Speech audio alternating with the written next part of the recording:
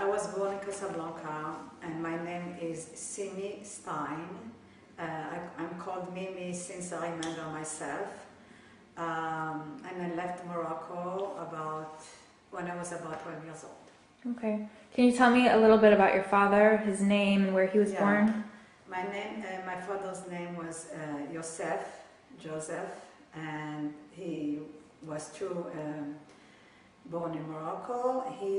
Unfortunately, I lost him when I was about 10 years old, no, almost 11, and he was only 56 years old when he died. What did he do for a living? He was a shoemaker. Okay. Can you tell me about your mother, where she was born, what her name is? Yeah, my mother was born also in Morocco. Her name was Esther, and she married my father. She was from a very all rabbinical descendants, including her father, and she had 7 kids, and I'm the one before the youngest one. Okay. Can you tell me how your parents met each other? Do you know the story of how they met each other? Not really. It was just a little. That was a made up. They were actually. Shidduch, yeah. I couldn't think of the word. Yes. So actually, it was a shidduch, and actually they had a very beautiful life together. They had a really nice marriage. So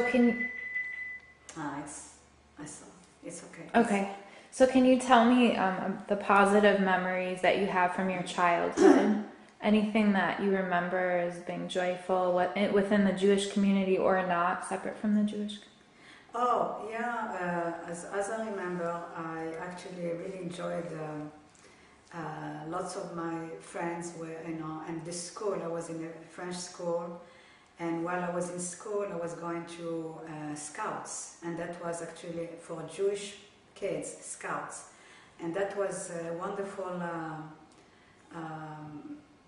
thing to have, because every summer we would go to Rabat, which is the capital of Morocco, for 3 weeks on camp, and that was something that I really enjoyed, and looking forward to it all the time. And that was something that really made me think more about my identity as a Jew. They really helped me to understand a lot of the things that at home we don't really always talk about it, but I just realized in the Scouts what's my identity as a Jew was. Did your family live in a Jewish community in Casablanca?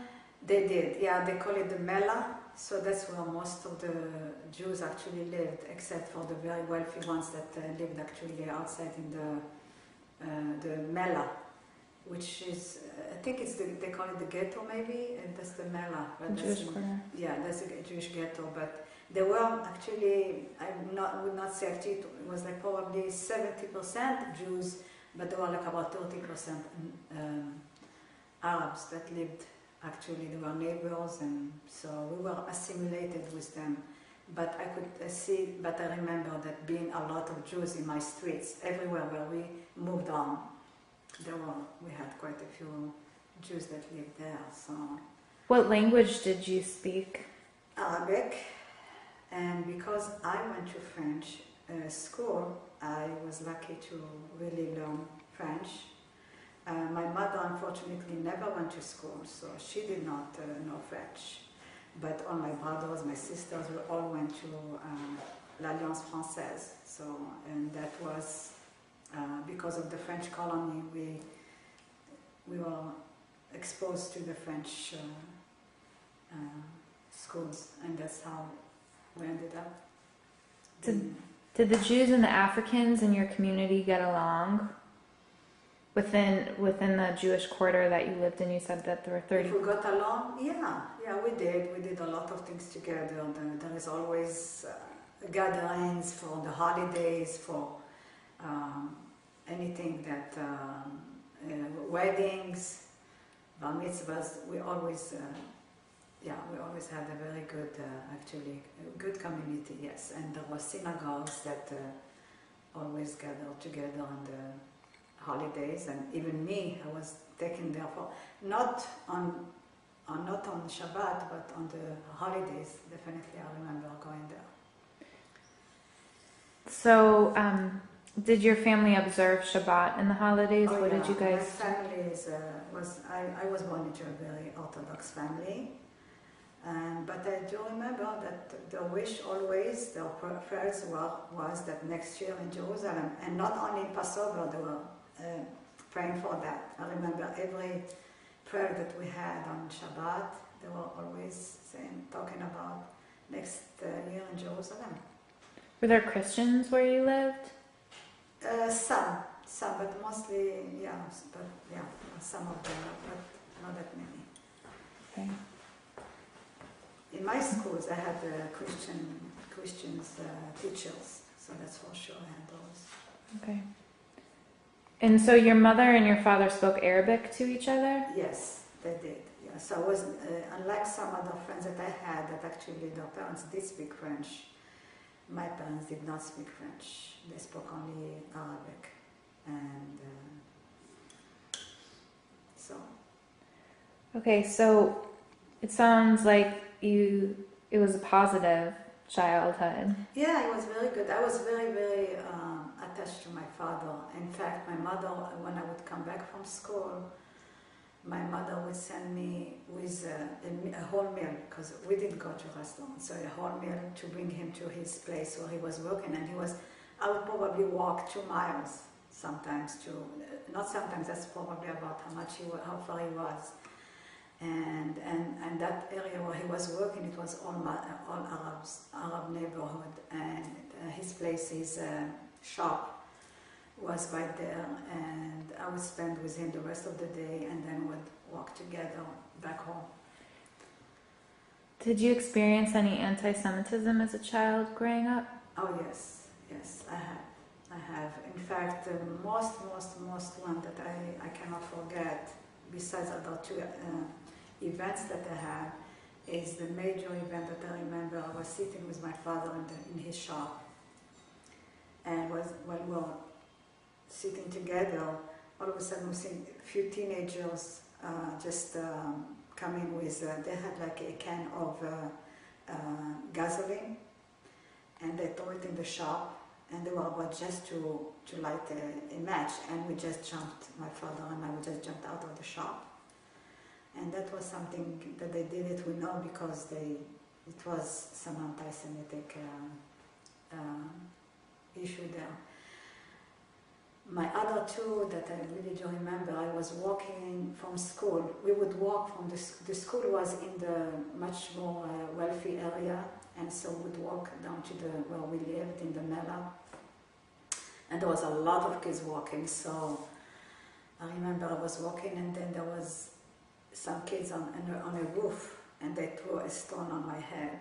And I remember it was opened up, and I remember I have pictures with band-aids, right? I mean, a big wound I had from that. So I was lucky. It was not much more serious than that, but I had a big wound and was taken to the hospital, and that was one thing. They would do that because we are Jews that were walking from school, that's Française too, back home, and they knew that, and that rock, it could hit anybody else, but it hit me. So that was one thing. And one time I was playing by myself downstairs from my house, and in the street I was playing, and I was bending, doing something down there, and then somebody just came and just kicked me right there.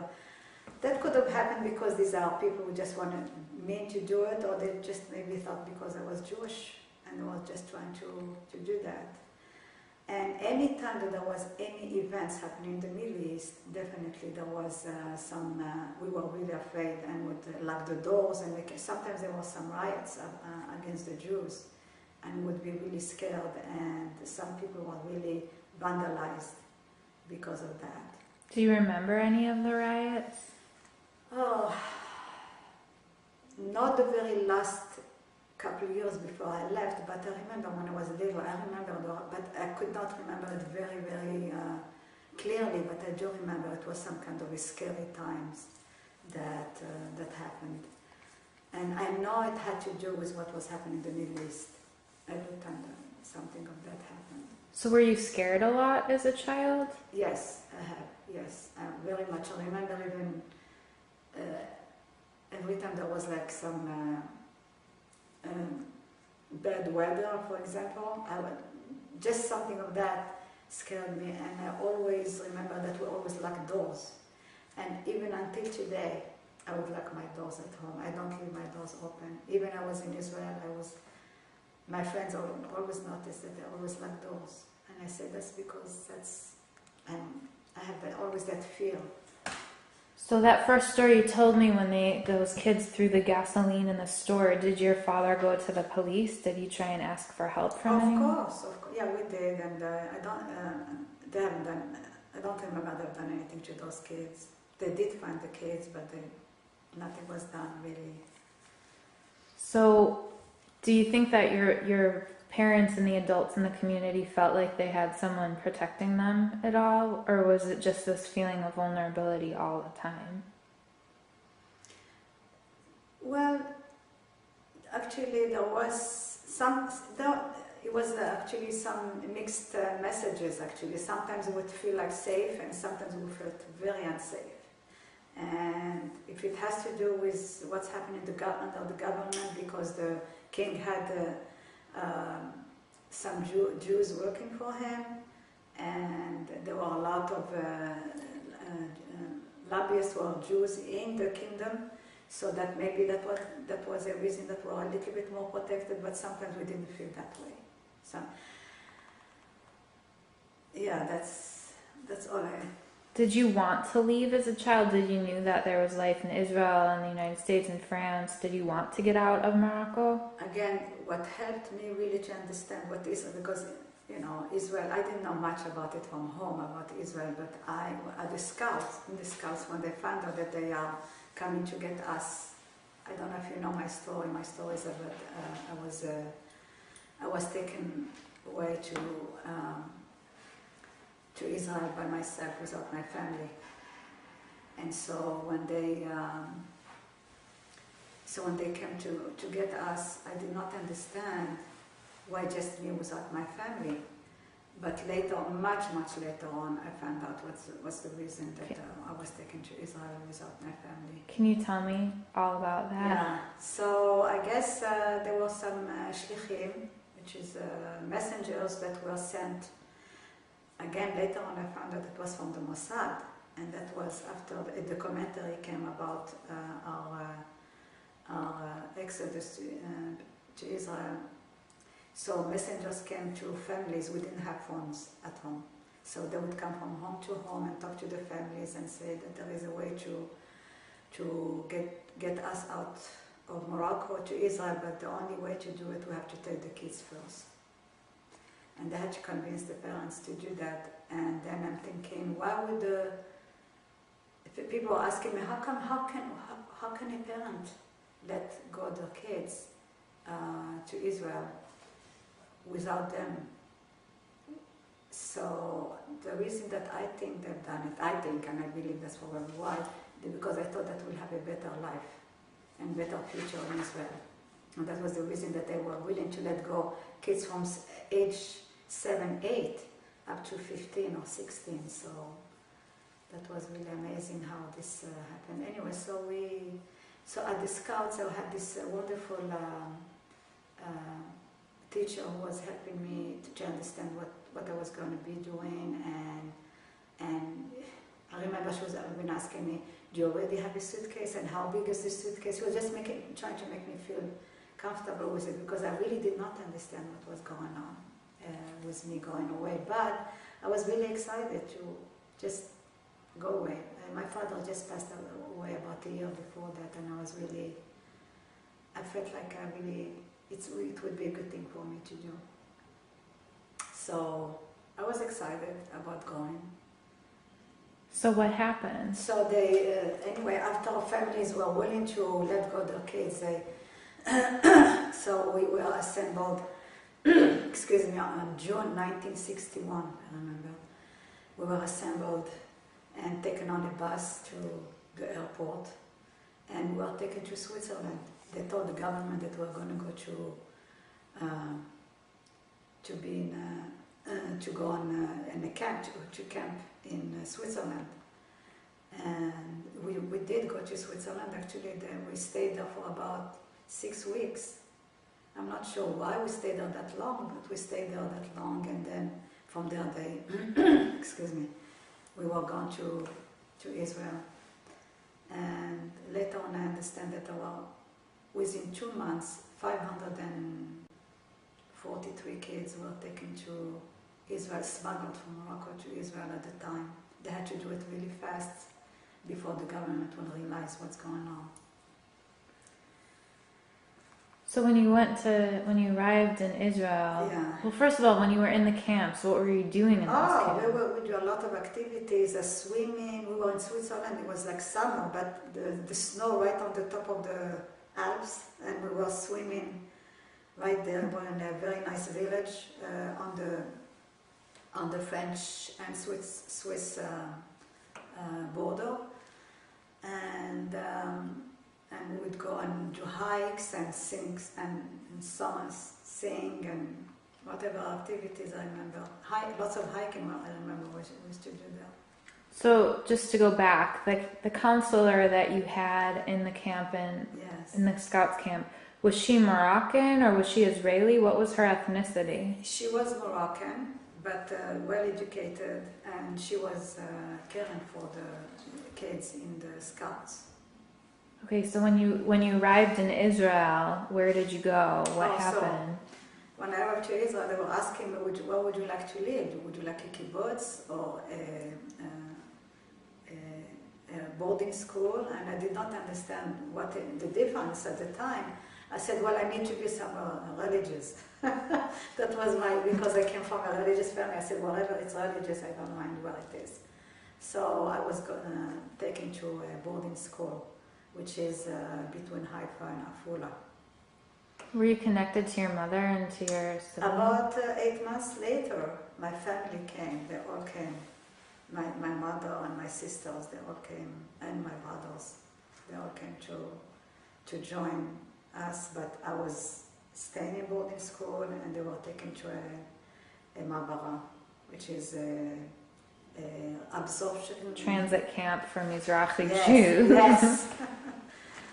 And that was another nice place, actually. I really enjoyed going and visiting there on vacation and weekends. But I never wanted to go back and live with my mother. I just enjoyed the life in the boarding school. Did you experience discrimination in Israel since you were Yes. American? Yeah, I had. Early and later. How old were you when you left Israel to move here? Here I was 33, 34, yeah. So they convinced you, the Sachnut convinced your family to let you move to Israel on your own. Do you know how your family moved to Israel? What they had to do? They just made Aliyah with the Shtachim? Well, they were with the help of the help of the Sheikhim, of course. Yeah, no, they could not have done it on their own. That was, they promised them they would take them afterward when they can.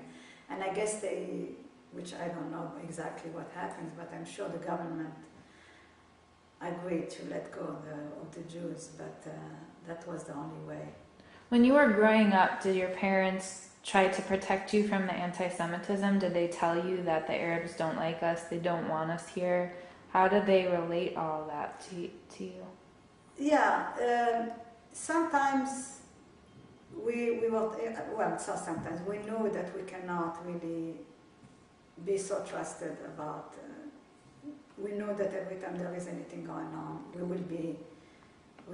won't be as protected. So we should be very careful. And we had somewhat a relationship with our neighbors. They were invited to our weddings, sometimes some holidays, like for example Mimuna, which is a very unique celebration of the last day of Passover. I remember actually our neighbors would come with their trays filled of goodies and come in and helping, and so there was sometimes a nice harmony between us, but sometimes it was stressful. So can you talk about the Mimuna a little bit, because it's such a Moroccan, yeah, like, well, no one else can talk about it really but Moroccan Jews. Yeah, well, it's actually it has become a national holiday in Israel, and that was after many years of discrimination of Moroccan Jews in Israel because they were not very well accepted. So, so the last day of Passover, as soon as the holiday is finished, so the families started cleaning because they have to take the kosher dishes out, because we have different dishes. Quickly put them away, bring in the chametz dishes out, and start baking mainly. They bake some stuff during the holiday because there are many baked goods that they were serving at that night. But something with flour they had to do it that night. They did the mofleta, which is a very special dish. It's like a crepe, and that's one of the things that they could do only after the holiday is done. So that's the only one. And then the whole night, the doors are open and people have goodies all around their tables, all spread, big spread of baked goods and jams and fruit and people would come from one house to another and just come in, eat some, and then go on. And it was included. Anybody could come in. You don't have to know the people. So it was such a nice tradition that in Israel they got to be at the kibbutz where I was later on in my life. 50% of the people they were from North Africa, and so we would really do that also. We would do neighborhoods of everybody does some things, and then we all just all night. And then the next day we would go on to have a day at the beach or just a picnic anywhere in the woods. That was something that I loved about it when I was in Morocco. Okay, so you were a child, so this might not be a good question to ask you, but it's part of it. What was left behind and never retrieved? Like, was there Jewish hospitals, Jewish schools? What did your family and your community leave behind in Morocco? Well, my family left everything. They didn't take any actually nothing much. When they came, they had to start all over again because they could not have people bring a lot of the things. I remember then being in France. They had to stop in France, Marseille, before they took the boat to come to Haifa. I remember they bought some rugs and stuff, but otherwise for Morocco they did not. Were they able to sell their home, their car, their jewelry, whatever, all of their assets? No, my family was not able to sell. They had to leave it. And they never received any compensation? No. What about, were there Jewish schools in your community that were left behind too? Like communal property, like synagogues and schools and hospitals? It was all left. There was nothing really much to take with us, no. Do you know, have you heard of what's happened to all that property? Do you know anything? No, unfortunately, no, I really don't. But no, we never really, it's funny, that's something that I really never found out about that. We always left homes and we never could. All my family, my sister, they had a couple of sisters who were married, they had nothing. Yeah, that's the story of all the Jews from the Middle East and North Africa. No. Okay. So what do you do as an adult to preserve your Sephardic heritage? What do I do? We do the Mimuna, right? So that's a fun thing that actually we do. For my identity, I definitely make sure that we keep every holiday we can have. Our everyday life is always connected with with who I am from, where I'm coming from. I never forget where I'm coming from, even though I feel that I'm more Israeli than Moroccan. But the Moroccan culture had installed in me very strongly, which many of my friends who came at my age, they have not preserved that as much. But I'm very, very proud of my identity, but I really like the fact that I'm an Israeli too, so those two together is just, I'm just proud of what I have in my life from those two cultures. Have you gone back to Morocco ever? Yes, I did. I did about 15 years ago, and I was very disappointed to see. I was in Marrakesh. Marrakesh was lovely. I thought it was absolutely amazing town, city.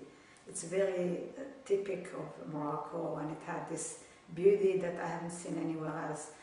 But Casablanca was, for me, at the time when I was there, they would call it Le Petit Paris, like the Little Paris. But when I was there, it was so let go, so dirty. I went back to my neighborhood, and I have to tell a story how I found my neighborhood. I was in France, and then my best friend lives in France. She's also from Morocco. Her father still lived in Morocco, and she says, let's go and visit my father for a few days.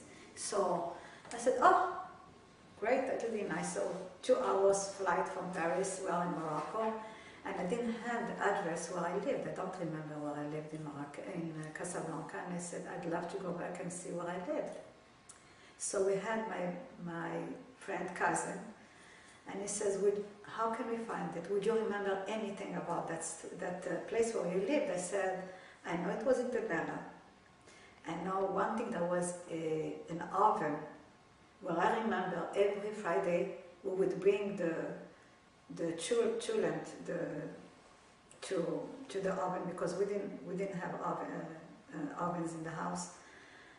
We'd bring it every Friday, and also our khalas would bring them to bake there. And I remember there was an oven in that street. And he says, okay, well, we have to look for that. And he looked and he checked and he found it.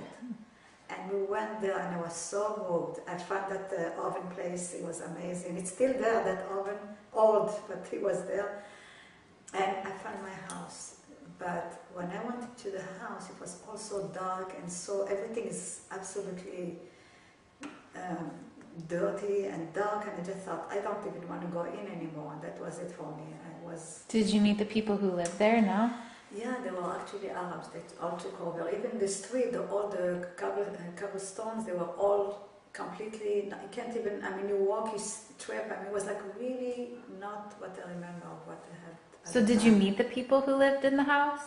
No, I just, what happens, I went there and I saw like 6 or 7 people sitting around something, I don't know, they were eating or something, and it was so dark, as I said, I could not see.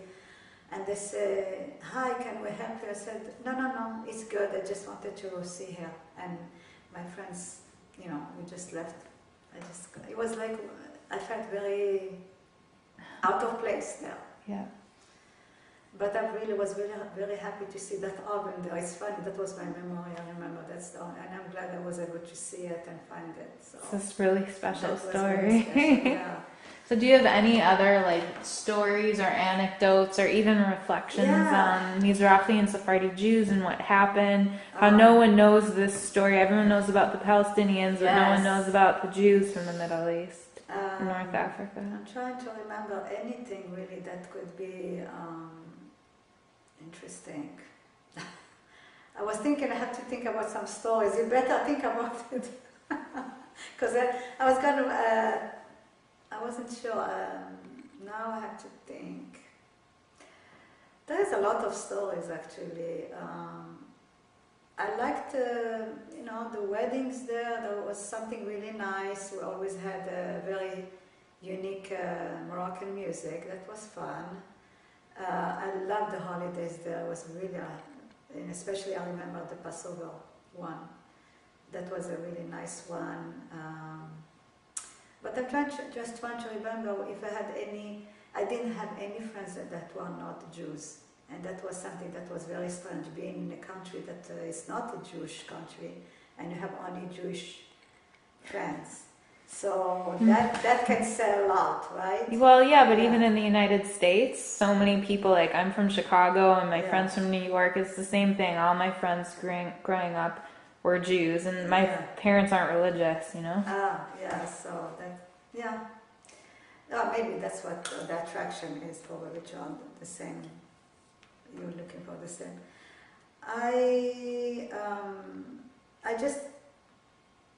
I don't remember that much, unfortunately. That I just don't have much. It's okay. Really, that's all. It's a good interview. Yeah, I hope so. I feel like maybe it was a little dry. No, it's okay. I just tell you about what I know about from what I saw in the movie, because some of it I didn't know that.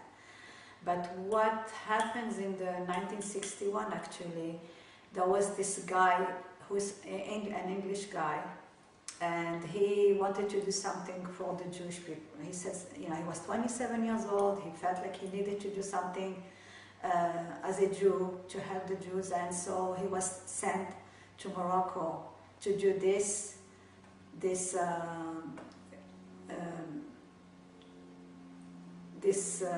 he was helping us to get out of Morocco, the Jews, and so he was in charge of the whole operation of bringing the kids from Morocco to Israel.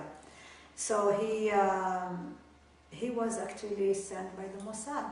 Why did the Mossad send him? Because because the Mossad was involved with the Jewry in Morocco, and they said, we need to have the Jews in Morocco and North Africa to get them out of there, and that's one way they sent him there, and that's how he was in charge of the whole operation.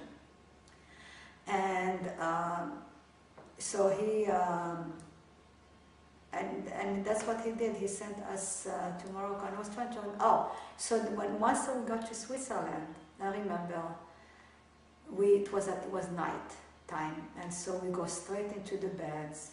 And I remember, and I said that after at my talk after this the movie that was shown about Casablanca in 1960. I remember going into the bed. We were in this wonderful crisp sheets and with duvets and something, and all white, and it was so amazing.